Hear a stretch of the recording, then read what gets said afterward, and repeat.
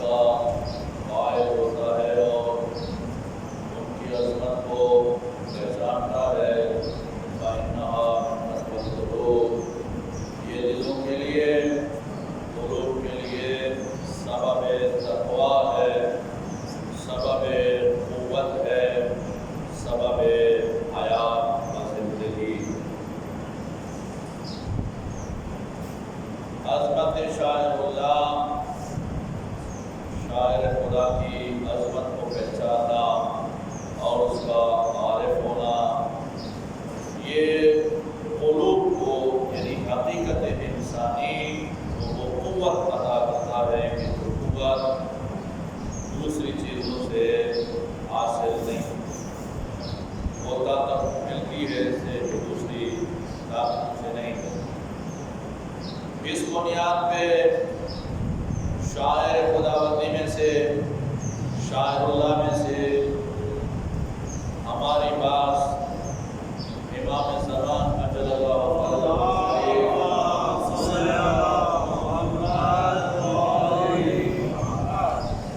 کے وجود مسعود کے اعتبار سے امام علیہ السلام کی معرفت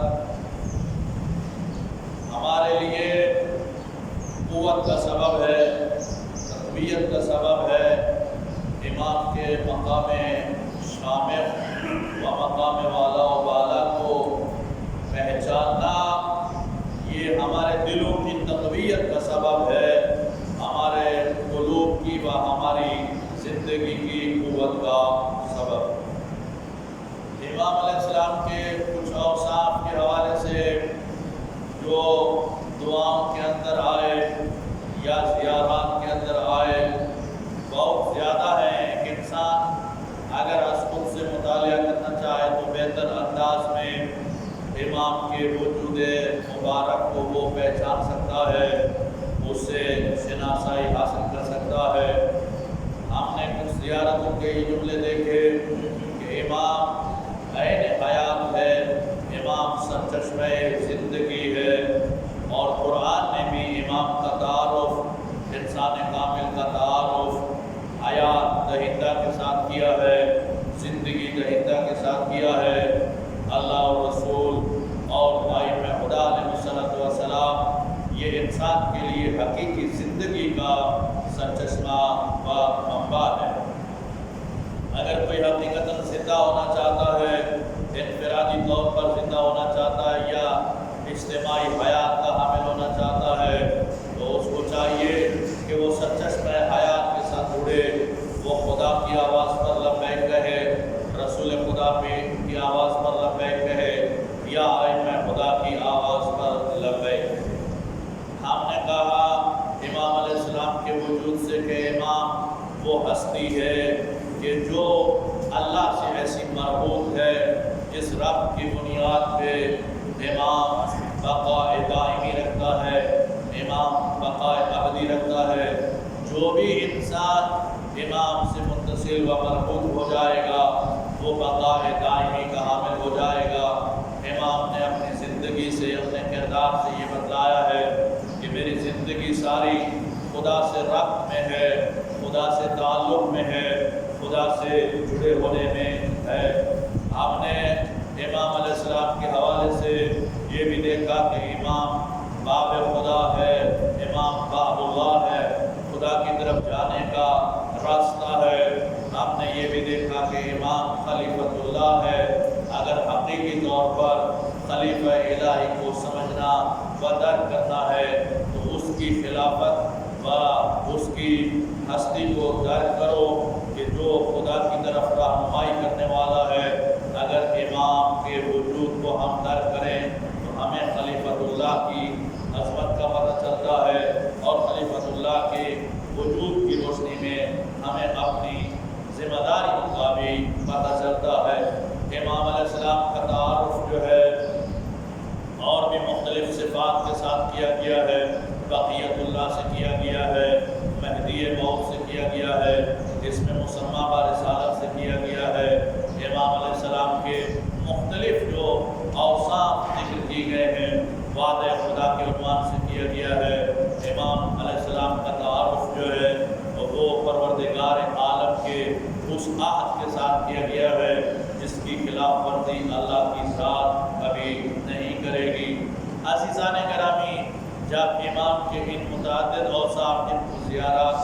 دعاؤں میں بیان کیا گیا ہے، اس میں ہم غور و فکر کرتے ہیں تو ہمیں نتیجے کے طور پر اپنے آپ کو امام سے جوڑنے کے لیے پتہ چلتا ہے کہ امام کے ساتھ ہم کیسے جڑ سکتے ہیں اور ہم اس ہستی کے ساتھ کیسے مربوط ہو سکتے ہیں۔ ظاہر سی بات ہے، جب ایک خلیفۃ اللہ سے ہم جڑیں گے تو خلیفۃ اللہ جس کے ساتھ جڑا ہوا ہے اس کی اوصاف کو خلیفۃ اللہ نے اپنے اندر سمو دیا ہے، اپنے اندر پیدا کر دیا ہے۔ اگر خلیفۃ اللہ ظاہر ہے، وہ اگر مستخلف یعنی ذات حق وہ ظاہر ہے، وہ باطن ہے، وہ اول ہے، وہ آخر ہے، تو خلیفۃ اللہ کو اپنے اندر کے اوصاف کو پیدا کرنے کی ضرورت ہے۔ اور اگر ہم خلیفۃ اللہ سے جڑنا چاہتے ہیں تو ان صفتوں کو جو خلیفۃ اللہ کی اوصاف ہے ان کو اپنے اندر پیدا کریں، تو تب ہم اس کے ساتھ جڑ سکتے ہیں۔ ہم خلیفۃ اللہ کی جب معرفت حاصل کریں گے تو نتیجے کے طور پر اس معرفت کے ضمن میں ہمیں اپنے آپ کو خلیفۃ اللہ کے ساتھ جوڑنا ہوگا، اور جڑیں گے رب پیدا کرنا ہوگا، اور رب پیدا کریں گے۔ اس لیے پیغمبر اسلام نے فرمایا کہ اگر کوئی اپنے زمانے کے امام کی معرفت حاصل نہیں کر سکتا ہے، نتیجے میں اپنے زمانے کے امام کے ساتھ جڑ نہیں سکتا ہے، ربط نہیں پیدا کر سکتا ہے، تو یہ جاہلیت کی مقبرہ ہے۔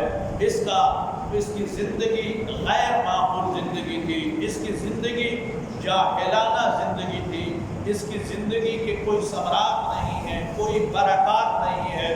برکت اسی زندگی کی ہے کہ جو اس ہستی کے ساتھ جڑ جائے کہ جو ہستی خدا سے جڑی ہوئی ہے، اور اس ہستی سے رب پیدا کر لے کہ جو ہستی خدا سے رب پیدا کی ہوئی۔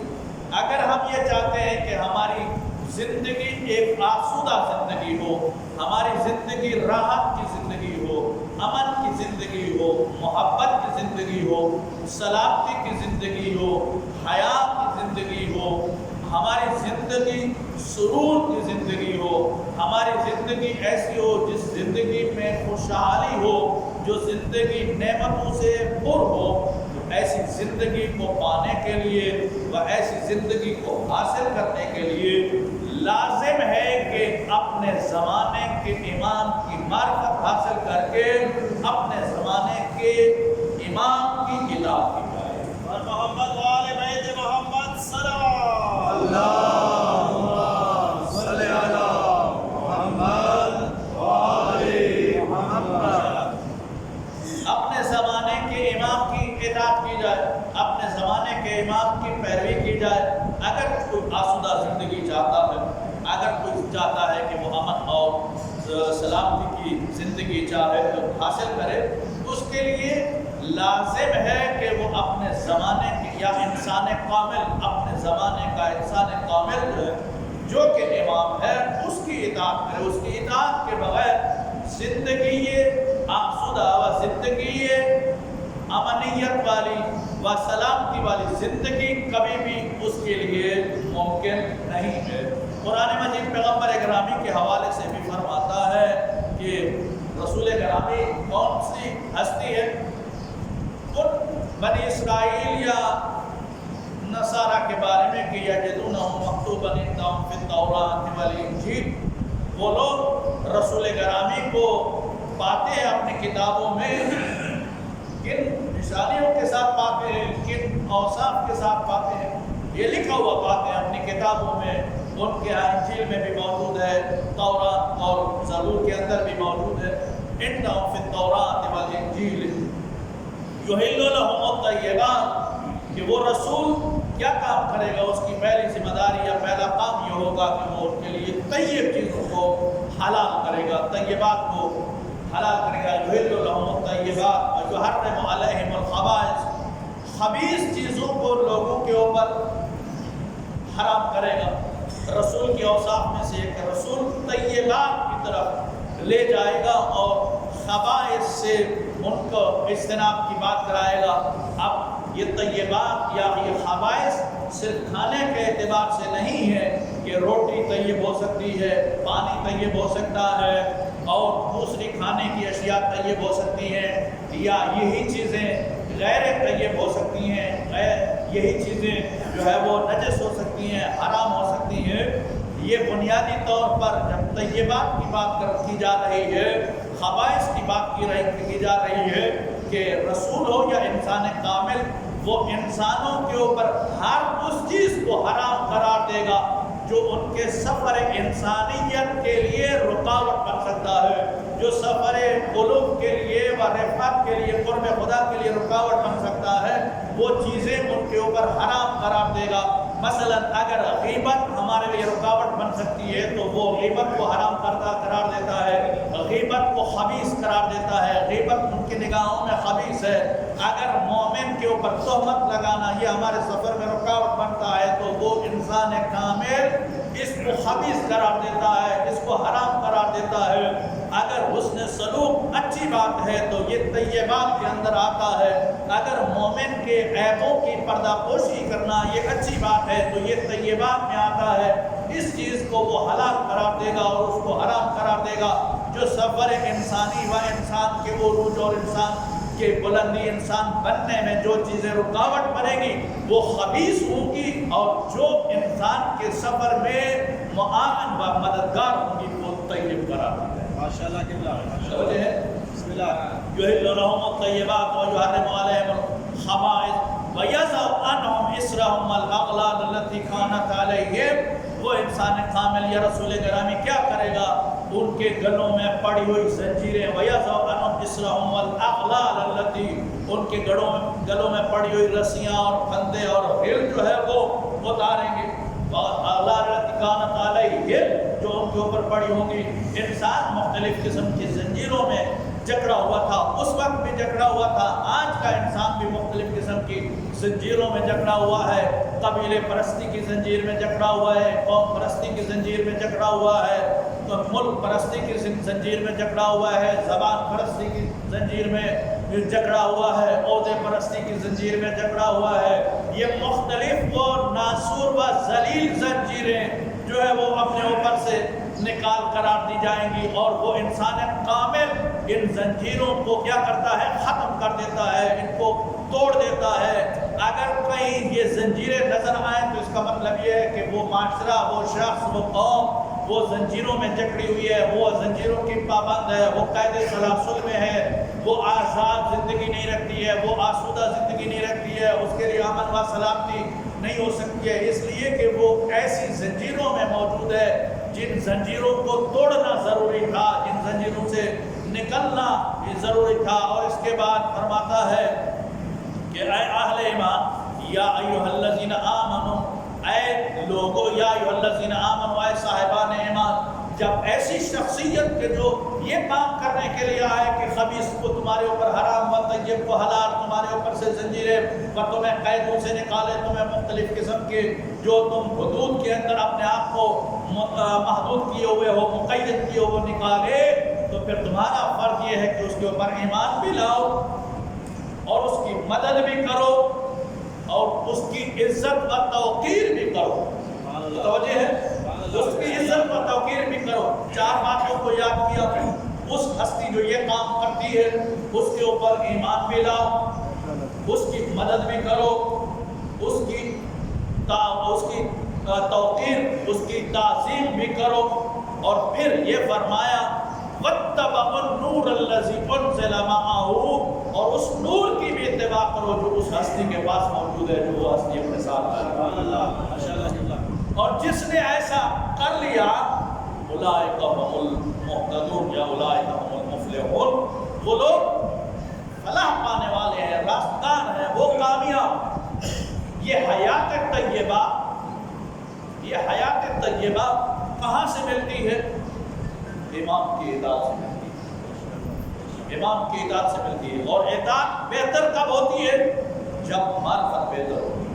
جتنی معرفت بہتر ہوتی ہے اتنی اطاعت بھی کیا ہوتی ہے؟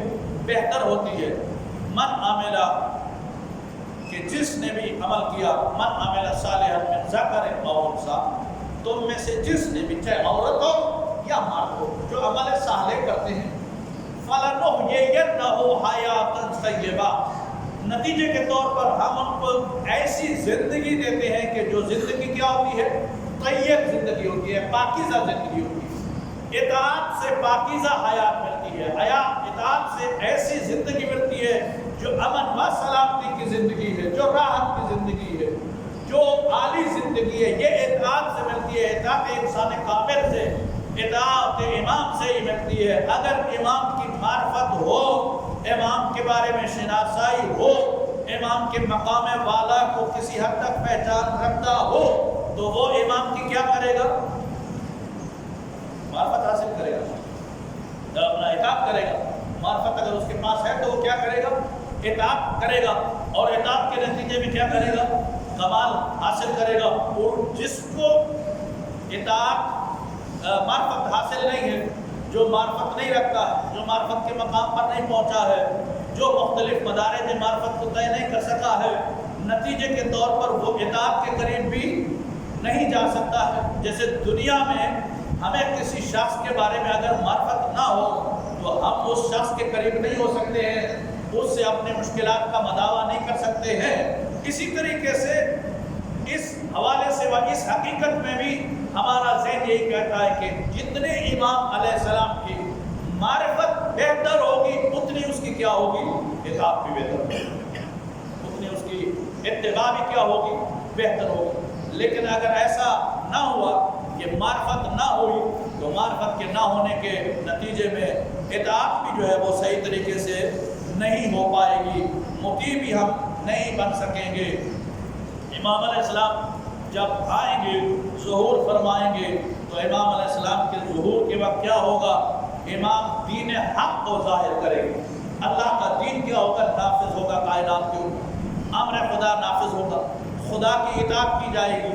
کہیں امام خدا کے مخالف کو نہیں چھوڑیں گے، کہیں امام کی حکومت کے اندر، امام کے اقتدار کے اندر ایسا نہیں ہوگا کہ لوگ خدا کی اطاعت سے ہٹ کر کسی اور کی اطاعت میں جو ہے زندگی گزاریں۔ اور امام علیہ السلام کی اس معاملے میں مدد اور اس کی معاونت بھی خدا کے فرشتے کریں گے۔ امام علیہ السلام زمین میں اللہ کا نظام قائم فرمائیں گے۔ ایک روایت جس روایت کو شیخ صدوق رضوان اللہ تعالیٰ علیہ نے نقل کیا ہے، وہ فرماتے ہیں کہ امام باقر علیہ السلام سے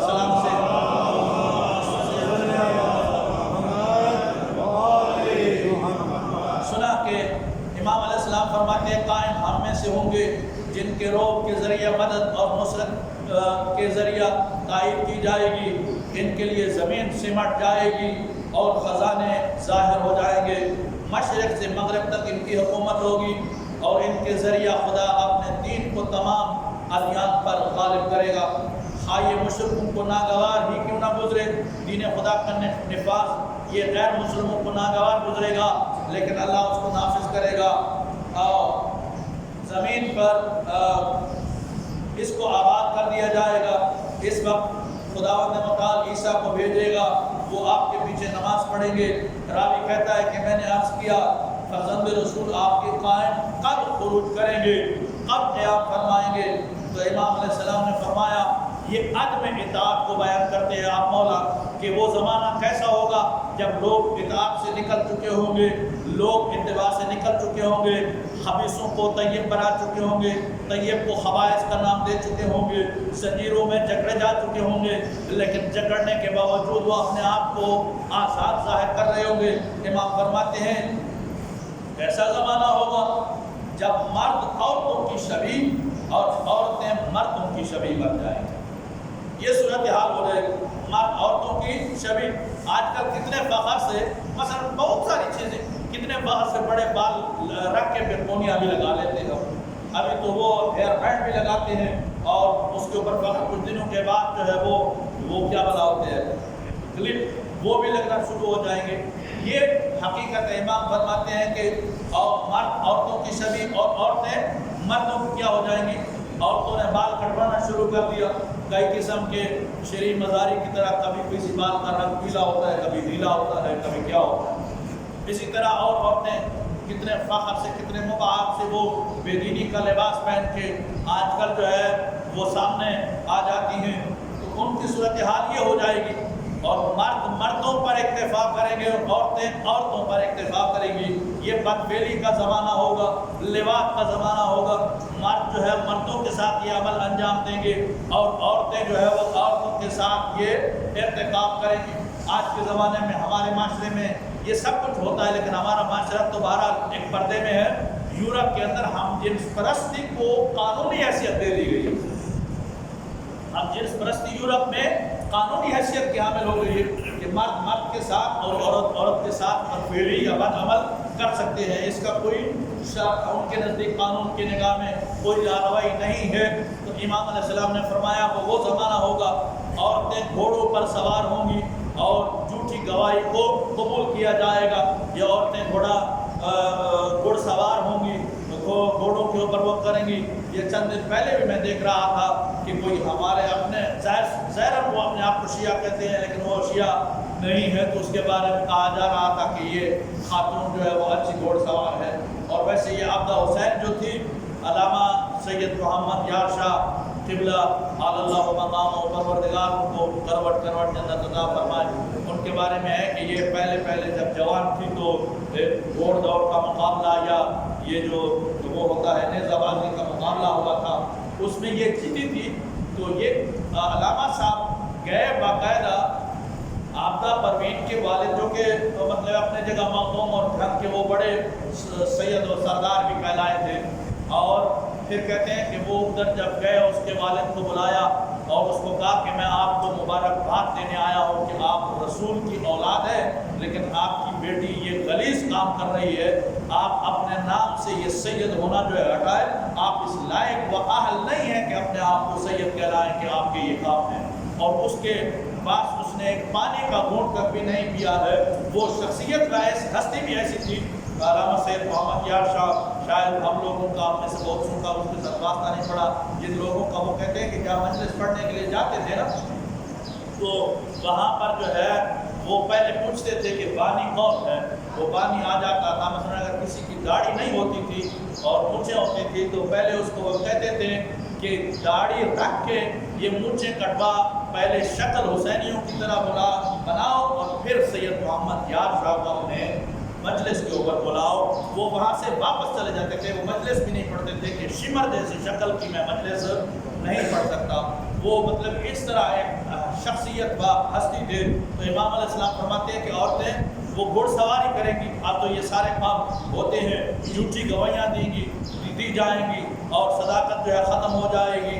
لوگ خون اور زنا کے ارتکاب کو معمولی بات سمجھیں گے۔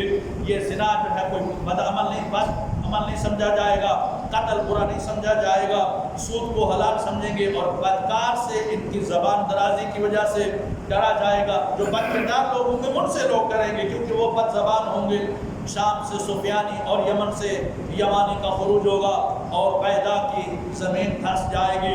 اور آل محمد میں سے اور بھی اوصاف بتلائے ہیں، لیکن یہ امام علیہ السلام نے اوصاف بتلائے ہیں کہ یہ لوگ عدم اطاعت کی وجہ سے ان کی یہ کیفیت ہوگی، اطاعت نہیں کر رہے ہوگے اپنے زمانے کے امام کی۔ تو عزیزان گرامی، یہ ہمارا فرض ہے کہ امام کی اطاعت کریں، اور امام کی اطاعت بہتر طور پر تبھی ہو سکتی ہے کہ جب ہم بہتر طور پر امام کی معرفت حاصل کریں۔